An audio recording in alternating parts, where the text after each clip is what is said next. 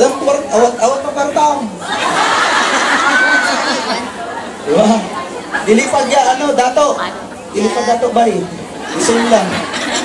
So, pareho lang, di ba?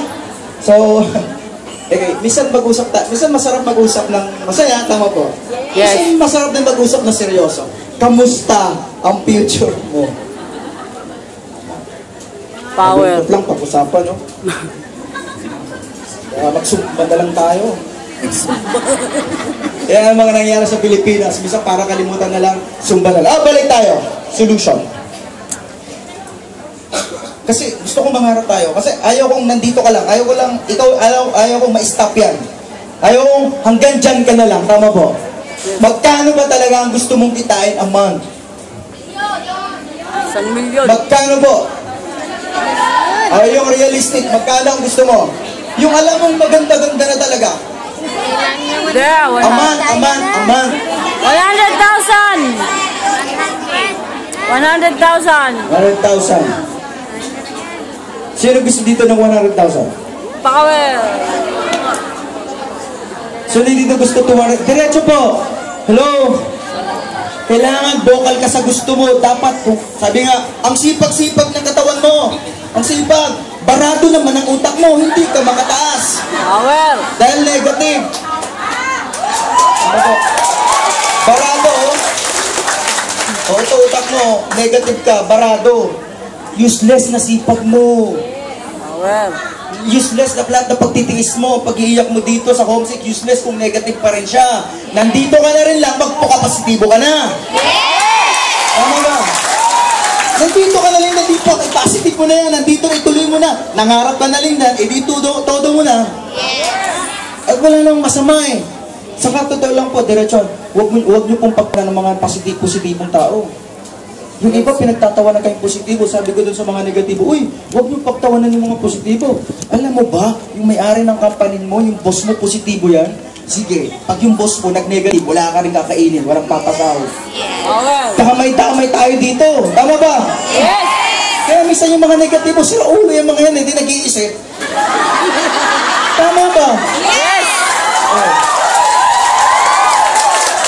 Hindi nila alam kung ano mangyayari sa mundo pag sige, pagtipan natin, makisama tayo, naka-negative na tayo. Hala, gulo na to. Tama. Negative na tayo. Sige, mahirap na ang buhay. Sige, wala nang patutuan na to. Tapos na. Tama po. Maraming ganyan sa Pilipinas. Ang lalakas ng trip. Hindi nila alam pinagagawa nila. Tama? Sabi ko, uy, ayusin nyo yan. Kasi sabi ko, anong nandito ko sa mundo? Para saan? Para kumuntra ng mga harap na tao? Uy, ang pangit naman ng purpose mo. Tama ba? Yes. Kaya tanongin mo yung sarili mo, kumusta purpose mo? Anong purpose mo dito? Magbigay ng lights o magbigay ng darkness? So know your purpose. Know thyself. Kilalanin mo kung sino ka. Tama po. And examine your thought. Examine mo yung lumalabas dito. Ano ka ba? Kasi baka sayang lang yung power mo, pagod mo dito, sayang lang naman. Tama po. Yes. So, anyway, 100,000, kaya na ba? Yes. 200,000? Yes. 300,000. 300,000, doon na lang tayo maglaro. I-goal mo, 300,000 a month. Wow. Huwag kayong mawaw. Kasi pag nagti-300,000 ka na, ubus din yan. Kasi tataas ang lifestyle mo, tataas, di ba, dadami ka mag-anak mo. Yes. Yung sahod mo na. O, tingnan mo, dati, akala mo pag kumita ka 30, 40, okay na. Di ba, naubos din? Yes. Ubus din yan. Kulang pa. O, kulang na. Baka pag dumating ka dito, kulang din. Tama po. Ha? So, 1 million na. Guys, balik tayo doon.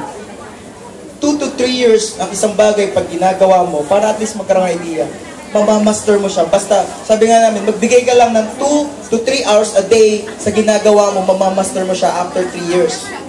Hello? After 3 years.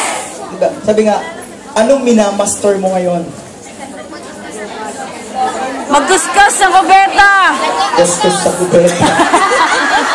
Okay naman yan. Huwag maging hobby.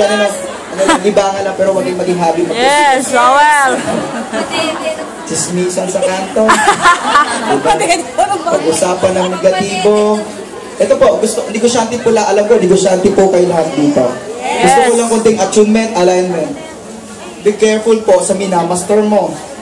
Awal. Tama. Yes. Kasi kung ano minamaster mo, yun ang magiging reality mo.